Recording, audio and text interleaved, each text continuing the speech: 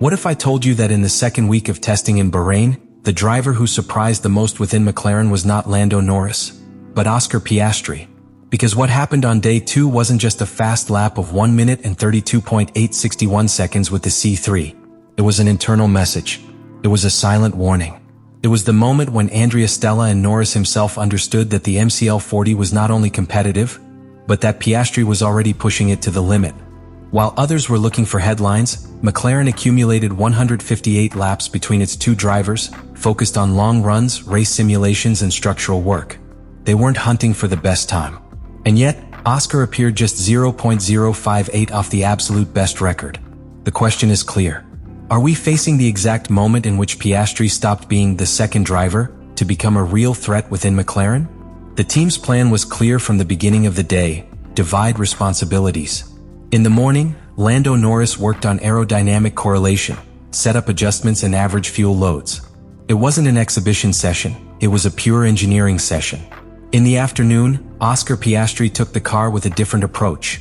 Long runs, race simulation and controlled qualifying sequences within a structured program. In total, the team completed 158 laps between both drivers, a figure that speaks of reliability, consistency and method. They weren't looking for a starter. They were building a base. And this is where the interesting thing begins. In the midst of this methodical work, within a session that was not designed to chase the absolute best time, Piastri clocked a 1 minute and 32.861 seconds with the C3 compound. Just 0.058 away from the best record of the day. It wasn't a desperate lap at the end with little fuel and an aggressive map just to appear on the table. It was a return integrated into a broader program. And that, for a technical team like McLaren, completely changes the reading. Because when a driver is able to produce that level of performance without altering the work plan, it means that the car is in a very healthy performance window, and that the driver is fully understanding how to extract it. Andrea Stella knew that the MCL40 was an aggressive evolution from its predecessor. The car concept had been pushed in almost all its fundamental areas: suspension, aerodynamic efficiency, development capacity since the beginning of the year. It was a car designed to have room for growth. But all that technical ambition carries a risk: a narrower balance window, a more complex adaptation for the pilot. And that's where the real surprise came. It wasn't that Piastri was fast. It was the naturalness with which it was. Since the end of 2024, signals had already been seen in internal telemetries: more efficient energy management, stability at curve entry, less variability in degradation in long runs. But the MCL40 was a different beast. A new car requires relearning references, braking points, behavior of the front axle and medium support. However, in the second week in Bahrain, Oscar seemed not to be in the learning phase, he seemed to be in the exploitation phase. This directly impacts the internal balance of the team. Until that moment, the external narrative placed Norris as McLaren's clear reference. The natural leader, the consolidated pilot. And it still is in terms of experience and hierarchy. But day 2 of week 2 showed something different. Piastri wasn't chasing. I was equalizing. And in certain parameters, even marking internal references. Furthermore, the competitive context reinforced the message. While other teams alternated fast lap attempts with less clear programs, McLaren maintained strategic discipline. They weren't looking to impress. They sought to understand. And still, the timer appeared. That is usually a dangerous signal for rivals. Because when a team works in silence and time comes almost as a natural consequence, it means that the real potential may still be above what the table shows. And inside the box, both Stella and Norris understood the same thing. The MCL40 is not only competitive, it is in the hands of two pilots capable of taking it to the limit. But one of them has just shown that he is no longer in the promising phase. But day 2 of the second week in Bahrain not only left a fast lap, it left a much deeper reading on the real balance of the MCL40 and on McLaren's competitive ceiling before even starting the championship. Because when we analyze what Piastri did, we cannot stop at 1 minute and 32.861 seconds. What was truly relevant was how he built it. His return was not based solely on a spectacular last sector or a risky corner. It was a solid lap from the first stage with very clean energy management and extremely stable traction on slow starts, something that is absolutely decisive in Bahrain. And this is key. The MCL40 is a car that, by philosophy, seeks a stable aerodynamic platform and an optimized front suspension to maximize efficiency in medium support. This means that if the driver does not feel confident in the front axle, the car can become nervous in the transition from braking to turning. However, what Piastri showed was exactly the opposite. Firm corner entries without visible corrections and a progressive but determined application of the accelerator. That surprised Norris, because while Lando had been working on fine balance adjustments during the morning, looking for small stability improvements in half load, Oscar went out in the afternoon and found the limit with unexpected naturalness. Not because Norris wasn't fast, but because Piastri was reaching that level without the lengthy adaptation process that an aggressively evolved car normally requires. Internally, this generates an immediate consequence. The team begins to have two very solid technical references.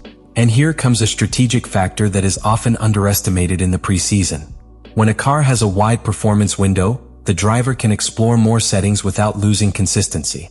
But when that window is narrow, only one of the two usually feels truly comfortable on the edge. In Bahrain, during that second week, McLaren verified that both could run competitive times. But Piastri was showing especially clean ability in race simulation. And that silently changes the hierarchy. Because in long runs it's not just about pure rhythm. These are degradation, consistency, thermal management and stability in simulated traffic. And the Australian not only fulfilled the program, he executed it with a regularity that drew the attention of the wall. While the stopwatch marked that 1 minute and 32.861 seconds, inside the McLaren box the reaction was not one of public surprise, it was immediate analysis. Because when performance comes without you forcing it, it means that the real potential has not yet been squeezed. And that, in a second week of testing, is an extremely powerful signal. Because if in the construction phase you are already 0.058 away from the absolute best time, what happens when you really decide to attack? At that point, the narrative stopped being simply, McLaren is competitive. The narrative began to be much more uncomfortable for the rest of the grid. McLaren doesn't just have a strong car. Because the tests do not give points. They don't give pole positions. They don't give out trophies. But they do define internal narratives. And what happened with Piastri quietly redefined the narrative within McLaren before the season even began. Until that moment, the team had a clear structure. Norris as a consolidated leader, a technical reference, a driver who had carried the burden of development in previous years. Piastri in constant growth, but still in the consolidation phase. However, the MCL40 was a game changer. When you develop a car with an aggressive philosophy as McLaren did, you do it with a clear idea. To expand the competitive ceiling from the beginning of the championship. But that involves risk. It implies that the car can be demanding, which may require fine sensitivity at corner entry, precision in energy management and total confidence in the front axle. And in Bahrain, under real loading, changing wind and evolving track conditions, Oscar Piastri showed no hesitation. He showed control. That is the turning point. Because it wasn't just about being 0.058 off the absolute best time.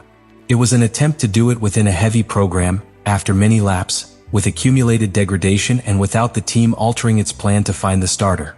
That changes the internal perception of a pilot. Clarity on the MCL40. Clarity on the moment of Oscar Piastri. And above all, clarity about McLaren's new internal balance.